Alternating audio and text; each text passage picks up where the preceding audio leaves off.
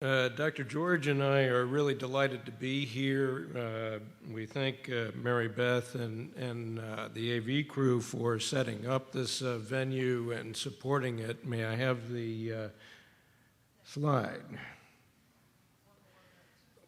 Two below, NIH there, double click, great. Next slide. These are actually on your CD. And we'll go through them fairly quickly because it would be nice to be able to have more time for questions and answers.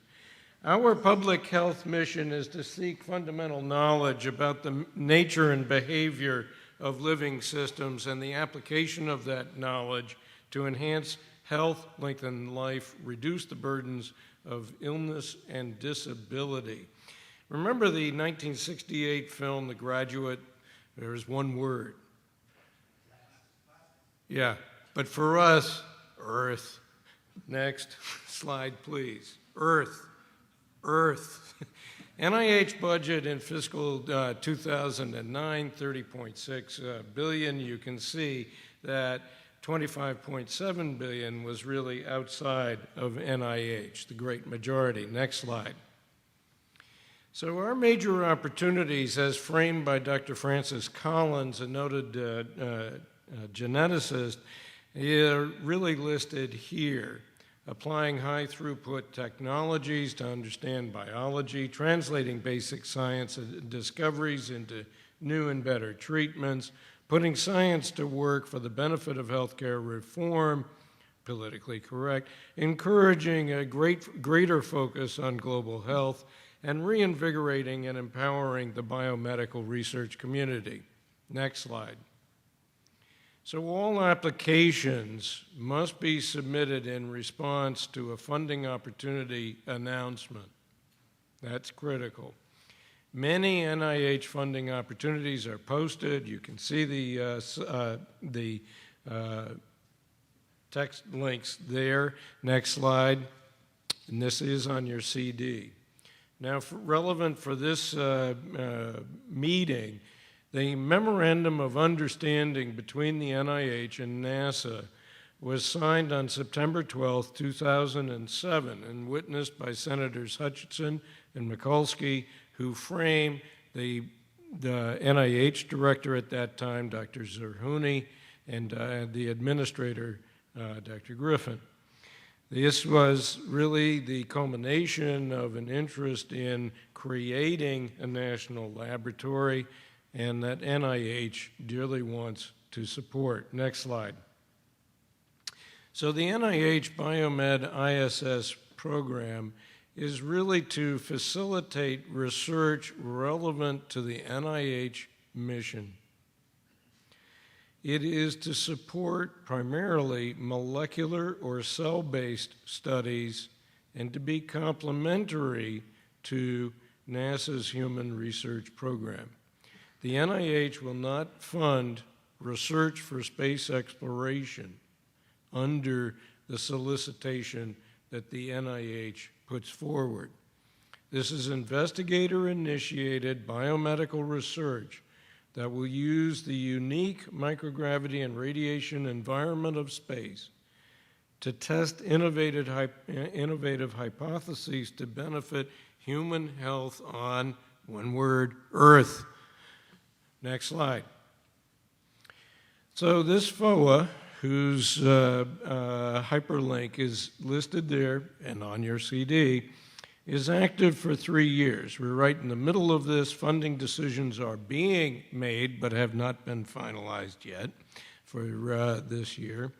And it will be a new mechanism. This is the second solicitation at NIH that uses this funding mechanism, the UH2, UH3 Cooperative Agreement. Once a year, there are these receipt dates. There is a letter of intent that is strongly encouraged. People should attend this particular pre-application meeting. And as Dr. George will discuss in a few minutes, a peer review panel is convened and organized by one of the institutes, NIBIB. Pre-funding consultation with NASA, Funding decision by participating NIH institutes and centers is actually encouraged, and the transition is based on the successful completion of milestones. Very important word, very similar to what people who have done research on the ISS understand as the ability to complete certain tasks and requirements prior to getting clearance to go to space. Next slide. So in the pre-submission, working with the NIH, it is important to prepare NIH and ISS feasible applications, attend this pre-application meeting, and also discuss with NIH staff, and that includes program directors such as myself, scientific review officer, Dr. George, and a grants management specialist who really is hidden from view until you might get selected for funding. Next slide. So before sending in an application, you really need to register just as you would for essentially any federal grant registration to www.grants.gov at the URL listed there. You really need to study the FOA, and time management is critical because you really need to, as part of this solicitation, work very closely with the implementation partner that an applicant chooses to cooperate with. You got to get it right. There have to be agreements between you and your implementation partner, and you got to understand the costs associated with the type of experiment and the use of the particular hardware that an implementation partner may have or you want to create. Next slide. Now, NIH applications are a little different from the NRAs and other types of applications, and have recently, even for those who are used to submitting to NIH, undergone a change, which is still an evolution. If you look at the box, which is really the most important part there, the specific aims are still one page only. But instead now of background and significance, preliminary results, and research design, there is one section called research strategy. This is allowed for this particular solicitation to be 30 pages long. The other solicitations that are generally out there are either 6 or 12 pages for most other NIH solicitation announcements. The structure of this has dramatically changed and is more in line with what reviewers have had to review for the last 8 and 9 years. It is basically parts are significance, innovation, approach, and then preliminary studies, progress report, and experimental design. Now here, what is unique to this particular solicitation is that for this experimental design, there really need to be 3 parts: UH2, milestones, UH3.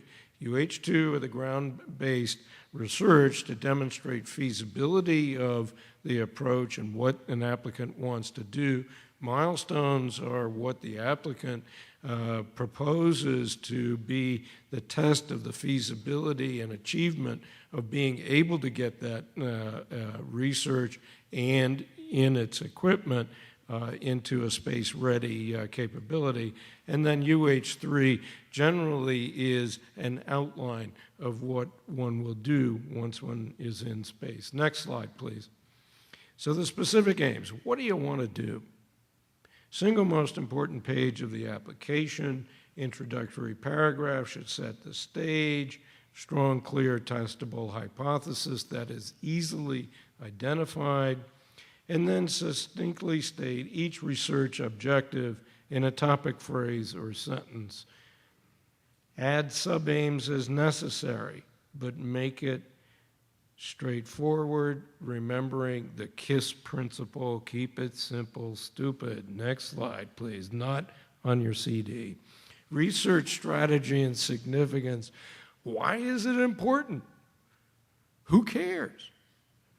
Amplify the initial paragraph of the specific aims. Does the study address an important health-related problem or critical barrier in the field, and define existing knowledge base, evaluating literature, the usual sorts of things. One of the things you got to realize that is extremely important, in the first round of applications, there were a number of applicants who didn't do this. This is about public health on Earth. This is not about how microgravity affects biological systems. It is really about how you use microgravity or radiation or the combination to affect public health on Earth. How is it relevant to the Earth public health problems that we all face? And it is extremely important in significance, and next slide, to really hammer this home. If you're going to develop a vaccine, for instance, you want to make sure that the thing that you might induce in space is actually relevant to a disease on Earth, and have a way of proving that to some review panel that really wants to know that. If, in fact, the space environment generates a change, which is important for space exploration, but not for public health on Earth, then that would be a problem for funding under the NIH mantra. The other thing is that each of the 27 institutes and centers, of which 9 participate, have their own sort of mission and strategic goals, and it is important that an applicant align their application to one or other institute and their mission and goals. Again, significance and innovation will speak to this, and it is important. Please note the number of Earth-related words on this slide that's very wordy that are there. Next slide. So how's the game changing? Innovation. How will this effort shift current research or clinical practice paradigms? Is the proposed work new? Etc. You can read the slide as well as I can. Next slide. Approach. How are you going to do your work? The data should lead to this proposal supporting the feasibility. It is important to demonstrate feasibility. That's part of any good grantsmanship. You can't let them know that you may have actually already completed the project, but you got to get out enough data to suggest that you know how to get this done and that you can finish it. Reviewers are not expected to be looking anything up, so don't presume they will. Application must be self-contained. Next slide. Specific for this application, for this announcement, is emphasize how the unique environment of the ISS is required for your research, specifically address how microgravity or radiation on the ISS furthers the research aims, also address what has been done to demonstrate the feasibility and demonstrate creative thinking and knowledge of the field to reinforce the feasibility. Next slide. So do experiments relate to the specific aims? This is, again, part of grantsmanship, and one, frankly, that I, as a 25-year funded investigator, sometimes lost. I think we all do. Make sure that everything is integrated. And are the experiments logical, grounded, and well integrated? Are endpoints and milestones clearly defined? Is there appropriate statistical analysis? Next slide. So, one of the things to do is to really check what experiments and equipment are available. You've got the 2 links here to do that. If applicants who require assistance in identifying an implementation partner should, at this meeting, you really have ways of doing that, and you should develop and are really promoted to develop relationships as soon as you can. There is a link for all of the partners that are for this. It is extremely important that you consider the milestones. What do you want? as opposed to what does a program person like myself want to be completed before you're considered ready to go to space. 30-page limit, use the detailed research and related budget component to make sure that you justify your budget. Next slide. So milestones, specific heading. They should be well described, quantifiable. When we do transition grants in R21, R33 type grants, every single milestone is quantifiable, usually with a probability and a significance level. Think about that. You've really got to demonstrate to an objective outside reviewer that this is a feasible approach and experiment. A discussion of the milestones relative to the success of the UH2 phase, as well as implications for successful completion of milestones, should be included. The UH2 to UH3 transition is not automatic, and it depends upon completing the milestones. Next slide. So there are these common application weaknesses, which I'm sure none of you in this room will do. None. And with that, next slide. Next slide, please.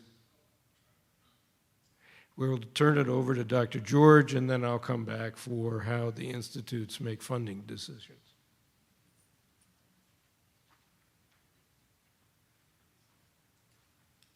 Hi, good morning. Thank you.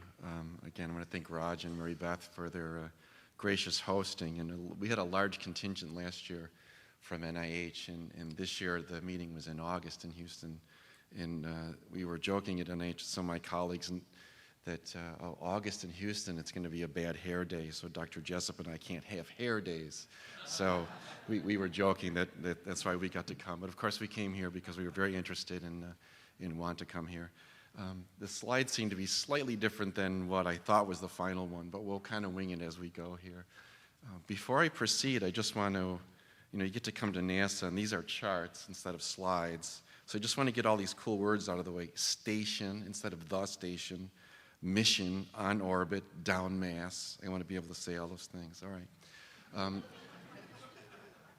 Dr. Jessup talked about in his slides about subscribing to the NIH guide. It was at the bottom of the one slides. When you go back home and get to the office, do that. That's one of the first things you want to do. Get on the list server. I just want to make some quick notes. There was also, we have this FOA, this publication that says we want the applications, and Dr. Jessup talked about that in detail. There was another notice coming out, Dr. Jessup, that adds required details in the application. Did that come out yet, or is that still in process? I think it's in process. Okay, so that link, I'm sorry. The link that we have, I think, will be changed also to be able to get to that subsequently. Right. What was discovered in making the funding decisions is that NASA needed more information from the applicants to be able to make timely decisions on flying feasibility. So we wrote up an additional notice. It's another way of publishing information on the part of NIH. It will be linked to in the funding opportunity announcement, but apparently hasn't come out yet. And it basically asks for additional information. It's not part of the review, but NASA needs it to make timely funding decisions. So we're NIH and NASA learning through experience about how to best do this. I think that was about on the real quick things. So if we can go to the next slide, please.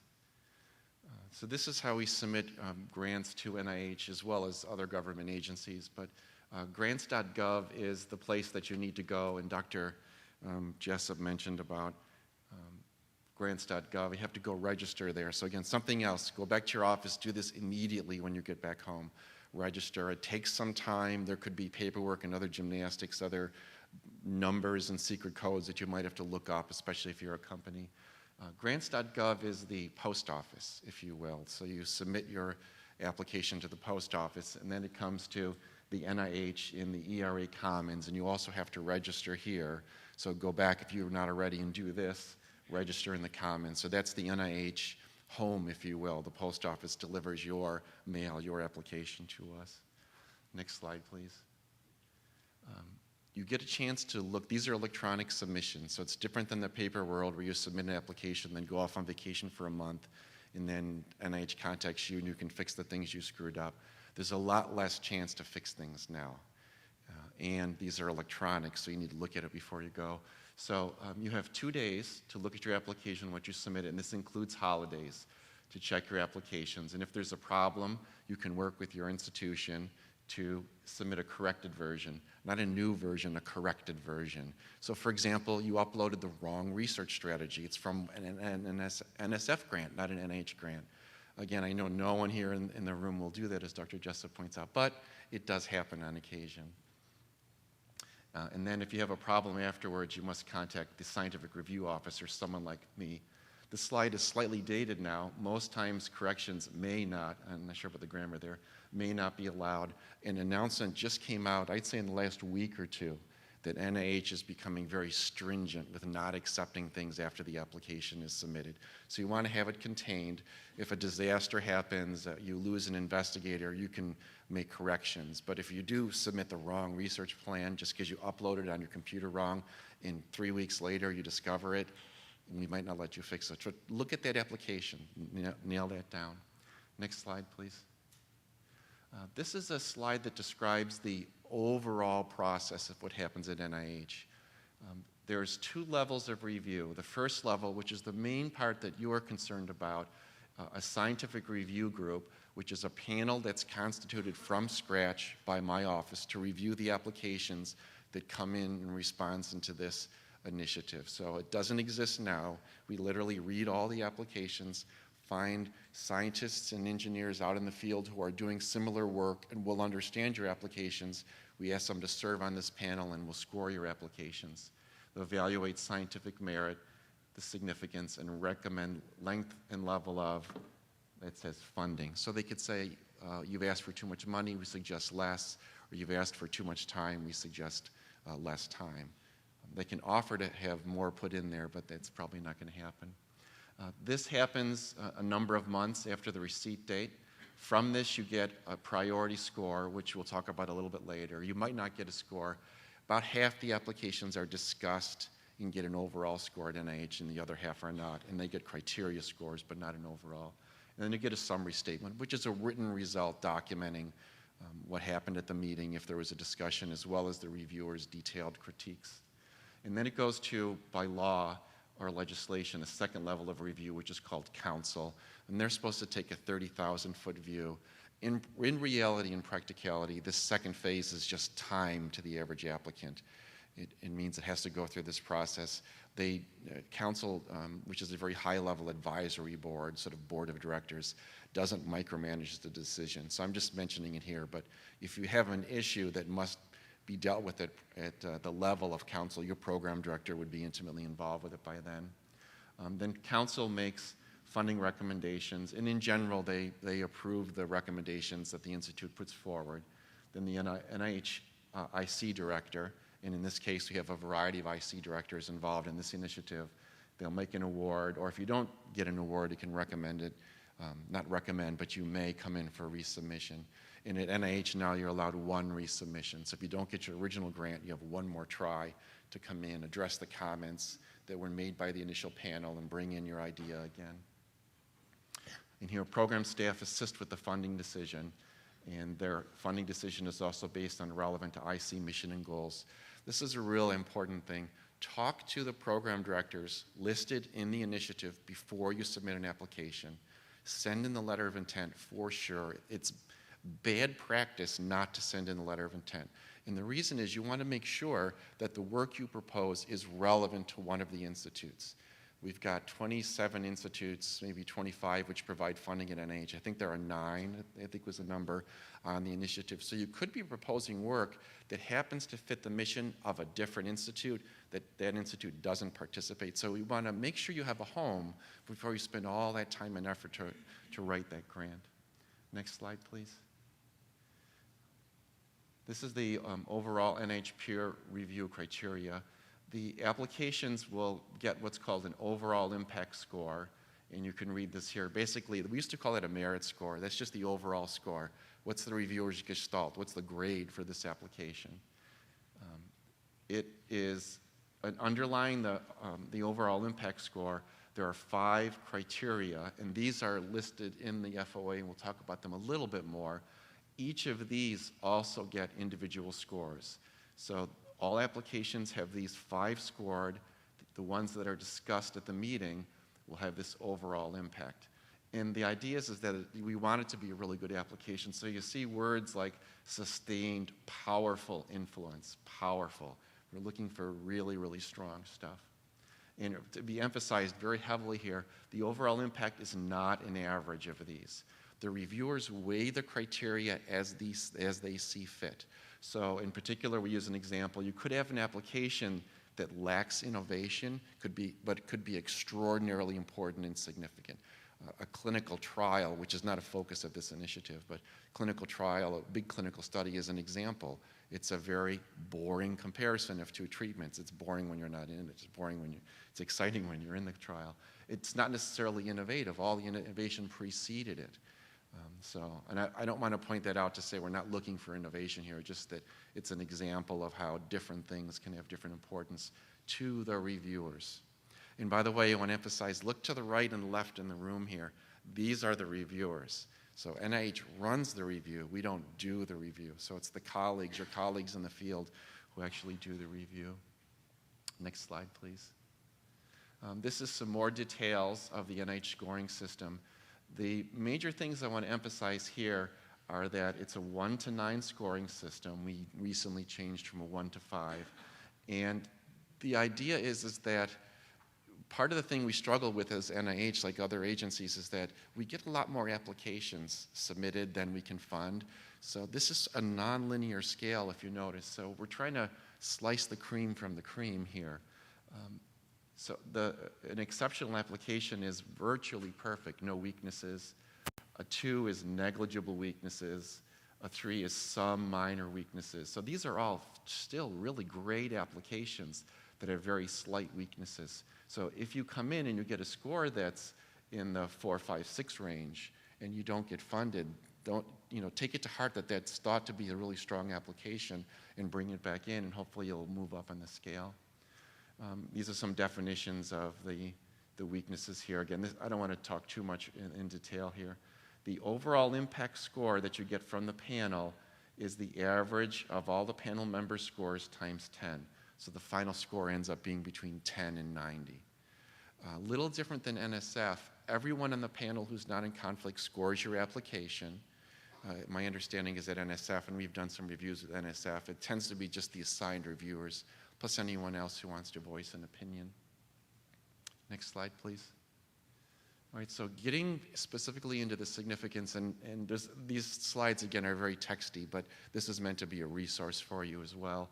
The way these slides of the review criteria are organized are that the top part of the bullet on each one are the standard NIH review criteria, and the bottom ones are the criteria that are added for this FOA. So those are the ones I'm going to emphasize. We have this rule at NIH from the higher ups that we can't change the review criteria, we can only add to it, so we have to use the standard ones, and the reviewers will use it.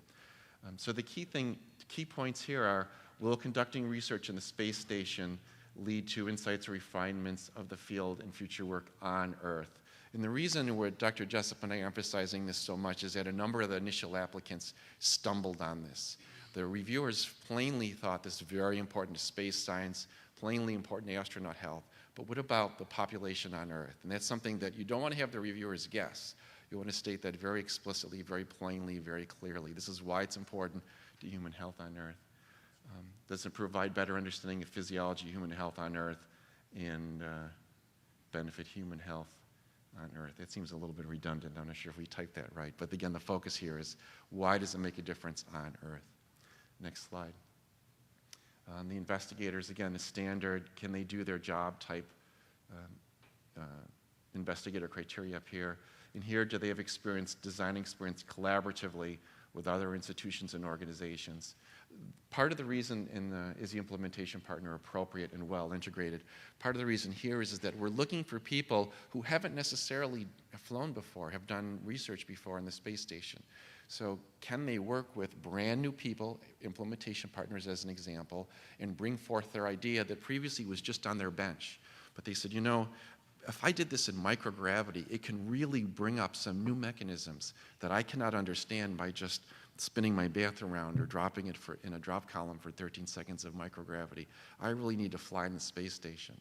And that's really what they have to team up with an implementation partner to get that done. Another thing that a number of the, well, I think a very tiny number, maybe just one, maybe two, make sure that implementation partner is named and on board.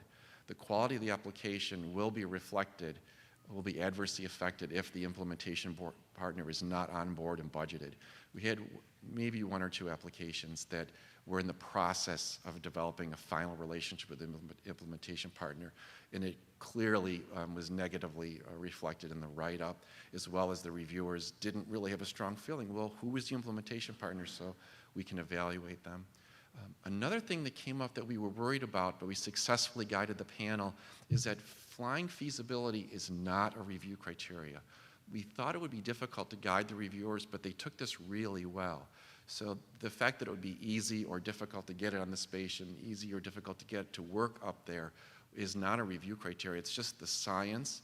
How is it relevant to work on Earth? And why do you need microgravity, the radiation environment? Why is that needed? Why can't you do this on Earth? And that was another stumbling block. Well, they could just do this on Earth and get the same answer. Next slide, please. Innovation, again, this is generic innovation, but specifically for our review, the focus of why is the use of the space station significantly add to the innovation of the research. It has to be obvious that the space station is needed to do the research. Don't make the reviewers guess. You have to say, this is exactly why I need to go out and hang out in space for a long period of time to accomplish this research goal. Next slide. Approach, again, the generic approach. More emphasis, is the use of the space station appropriate? We're really emphasizing this more. The milestones, are they well-defined and appropriate for the UH2 phase? We're emphasizing this more because those were, again, some of the weaker part of the initial applications. And as Dr. Jessup was pointing out, those will be used to make determinations on funding between the transition from the UH2 to the UH3. Is it clear how the UH3 phase will develop and expand once the UH2 milestones are achieved? A number of applications at the first pre-application meeting we held last year were questions about how the UH3 phase is going to be somewhat more ambiguous and how do applicants address it. And yes, it's going to be more ambiguous. All the applicants are in the same boat. So you're kind of being a little bit more speculative, but you outline it as best as you can. In 30 pages, especially in the new ultra-modern world, NH, is a phenomenal number of pages when normally we get 12 now. So there's a lot of space to explain these sorts of things. Next slide. And finally, environment. These are all just the generic environment. So here, the environment is talking about the research environment on Earth and not necessarily in space. So the fact that it has to be done in space is a requirement. If you don't convince the reviewers of that, you're really not going to go anywhere. I guess I should say you're not going to fly. I think that was, at least based on my initial draft, the last slide. But let's try the next one. Okay. I just don't want to miss any notes. I'd rather take a moment and pause here to make sure I have all the comments. Cover letter. Dr. Jessup mentioned a cover letter. If you want to send a cover letter with the application, that's fine. It's uploaded electronically. The reviewers don't see it. If you talk to, and I strongly suggest, a program director at an institute, mention the name of the program director. I talked to Dr. Jessup at NCI, and he's interested in receiving this application. And then if you want to suggest expertise needed to review your application, that's fine. Don't suggest reviewers by name. This is different than NSF. NSF solicits reviewers by name. We have a different practice at NIH.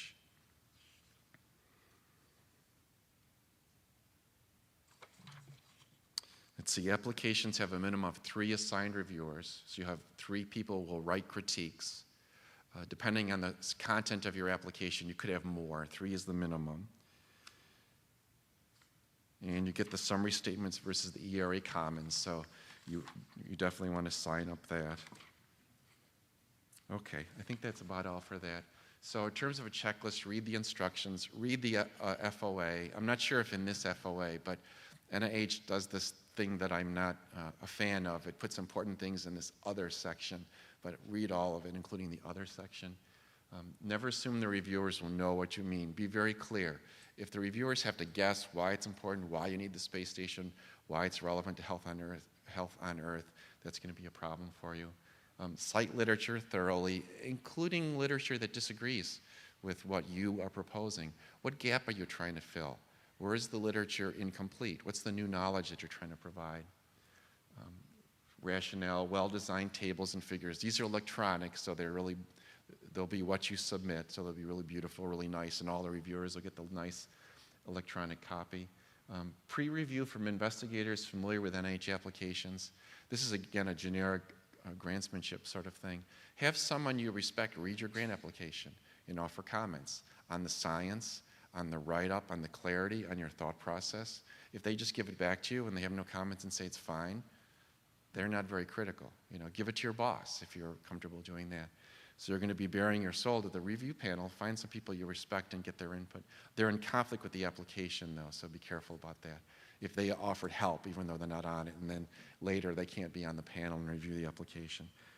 But feel free. Ask questions. There's lots of program directors listed on there.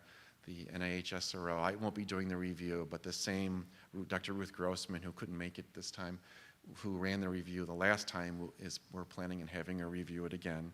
If you want to be a reviewer, to nominate yourself for reviewer, my email is, I think on the last slide, send me your CV. I'll forward your CV to the SRO who's running the review. If you're not an applicant and your scientific background is appropriate for the applications you receive, then we'll give you consideration. Next slide. Okay, so this was common application weaknesses in my other one. So I'm not going to go through these then because they're just written here, and Dr. Jessup went over some of these. And I think that's about it for now. So human health on Earth, why does it have to be on the space station? And don't have the reviewers guess what you mean. Say what you mean and mean what you say. Okay, thank you. Thank you, Dr. George. One thing I would like to discuss, and there's a difference between his feasibility and my feasibility from the point of view of a person who used to write grants. You really have to demonstrate the possibility, no matter what type of venue you're in, that you can actually do what you propose to do. And one of the things for a space station that is very different for most research scientists, perhaps not for the people in this room, is an unfamiliarity with the types of hardware and equipment that the implementation partners may have that one can use. So that most investigators may have may need to work through adapting themselves to the environment and the equipment that can be used on the station to answer the kind of questions they want. That is why it is so important for investigators to actually work very early on with the implementation partners so that they can adapt their research questions and approaches to work through what the implementation partners may have. And at this meeting, you really should go and make sure that you can work with your partner. This is the best face-to-face you can have, to be sure to use their environment to answer your question. And then when you write your application, it is important to be able to get across that synergy that was alluded to, but we just want to really make sure that it hits home. As NASA then thinks about how to get these into the payload integration process, They really need to work with the implementation partner to be able to do that. Next slide, please. So, as you think about this, the milestones for the UH3 transitions, 1 to 3 well-defined, a discussion of the suitability, and a discussion of the implications of successful completion is really necessary. Next slide. Now, awards are made through this FOA may and will initially support milestone-driven, ground-based preparatory studies, but the NIH peer review is only the review, the scientific merit, not feasibility, as Dr. George mentioned, and scientifically meritorious applications will be subject to administrative review by the participating NIH institute. One of the critical parts to this is that it is possible to have a meritorious application, but if it doesn't fit that institute's mission and strategic goals, even no matter how much the program director who is supporting this application wants to, they may not be able to convince the institute to be able to fund this. So you really have to make sure you contact your program director and listen to what the program director tells you as an applicant that that institute is really interested in, and how the application affects and meets the strategic goals of the institute. That we also had a lot of trouble with in the first round of applications, because no matter what, program director might tell various applicants about what was necessary to gain funding by that institute, but unfortunately we're not able to change their applications to fit that. Certainly in the institute that I'm with, there is an executive committee which has their own mind as to what is important for funding. And they have their own pet projects, as you might expect. So you've got to be sure to get into that institute's mission and goals. Next slide. The ground feasibility phase, I think you can read all of this, but the UH3s will be awarded after administrative review of the eligible UH2s and have successfully met the scientific milestones and feasibility requirements. Next slide.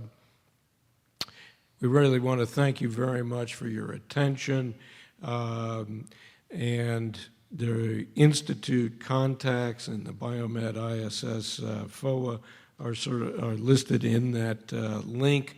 There is a new link that will be coming out, but we really do want to make sure that everybody reads the FOA completely and answers it, and thank you very much for your attention.